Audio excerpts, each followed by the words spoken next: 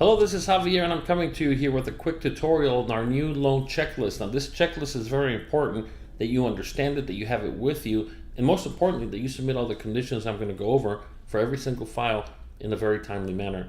So here we go.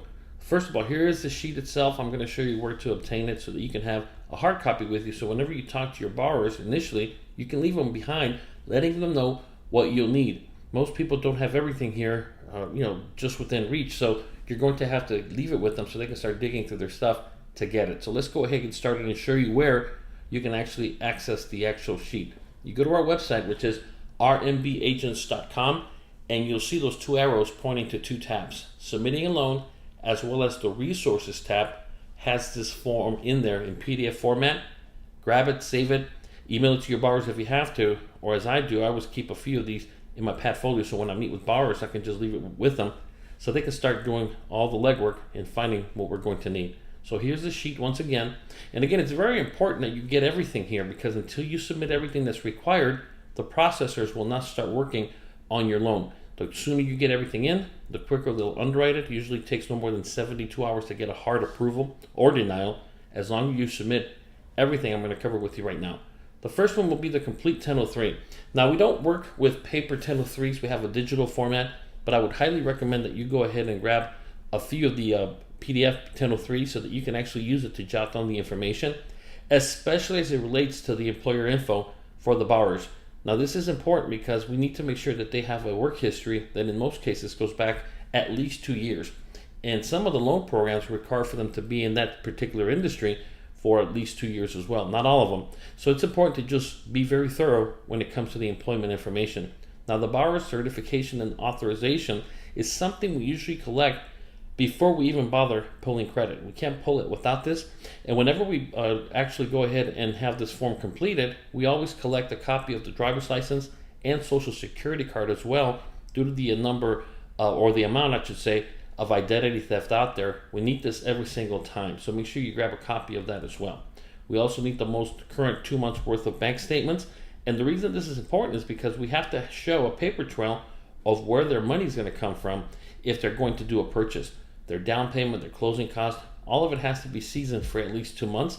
And if they are going to be receiving a gift money from anyone, like a family member, then we're going to need to see the bank statements of the person giving them the gift. So make sure that they have seasoned it for at least 2 months as well. They can't just dig under the mattress and pull up a wad of cash. That's not a good thing.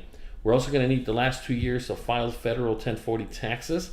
Now, they don't need to be signed because most people nowadays file electronically, and those who don't sign. But if they haven't signed, great. If not, no big deal. The reason we need this is because we're going to pull the what's called 4506T or transcripts.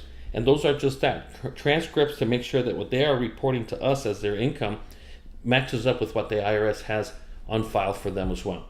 And also, keep in mind, we don't need the state. Once again, we only need the federal, so do not submit any state taxes at all. Now, we're also going to need the last 2 years W-2s to make sure that the employment matches up, income, gross income, and so on. So please just make sure that you grab those W-2s as well. We're going to need 1 month's worth of pay stubs, or 30 days. So if they get paid once a week, well, obviously that'll be 4. If they get paid bi-weekly, like most police officers, they'll get 2. Or if they're like teachers who get paid once a month, we'll have 1 pay stub. Either way, what we're looking for is the amount of income that they get, whether it be salaried, whether it be overtime, whether it be anything like that they receive for compensation. We want to make sure we have a complete breakdown to make sure that it all matches up as well. So get those 30 days pay stubs and let them know. Let me back up. Let your borrower know that we will more than likely need an updated pay stub down the road, so that way they don't seem shocked when you go back asking for, again, the pay stubs if we go beyond the 30-day mark as well. Now, we do need a copy of their existing mortgage note. The note is very important because it has all the details of the contract as it relates to the bank. So this is found, the mortgage note is found usually in the closing docs they received when they last purchased or refinanced a home. Now, this is only, of course, if this is a refi. If they're just buying, there's going to be no note. This is only for the refi. And so again, if they cannot find it in their loan docs, then it'll be your job to go out there and dig through all the closing statements and loan docs that they signed or received to find the note. It's usually legal size paper, and it always says either note or promissory note at the top. And if it still can't be found, it's time to contact the current mortgage company, and they'll either fax or email a copy of the note, but we will need it. Having said that, number 10, we need a copy of the current mortgage statement, and this is very important because we first and foremost need to order what's called a payoff or a payoff demand to the existing mortgage company if it's a refinance. So we need that because the sooner that they start giving us the actual amount that they owe, because what a borrower owes is not necessarily what's on their mortgage statement. They could have penalties, they could be behind on taxes, there could be liens, there could be prepayment penalties if it's a very old mortgage and so on. So we just want to make sure that we know what the new loan balance is going to be, and we won't know that until we have a copy of that mortgage statement, which also allows us to contact the mortgage company if we need to on our end as well. Hazard insurance is self-explanatory. We need that, specifically the declarations page, which shows not just simply the coverage they have on their home, but most importantly, how we can get a hold of that mortgage company to buy them a new policy as well. So if it's a refi and they want to keep the same mortgage company, which usually they do, we need to know how to get a hold of them, and that's why that is so important as well. Number 12, don't worry about it. If this happens to be a VA loan, we are going to need a COE or certificate of eligibility. If you've never dealt with the VA, get with me, or with your trainer, I should say, and we will help you obtain that. Number 14 is the DD-214, which is the discharge paperwork every military person gets on their way out. Every single person gets a DD-214, and the reason that it's so important is first of all, we need to make sure that they really did serve, and number 2, we need to make sure that they did not receive a bad conduct discharge, because if they have a bad conduct discharge, they don't qualify for a VA loan, and the deal will be dead. So we need that. Again, if you have any problems obtaining it, just get a hold of your trainer, and we'll help you with it.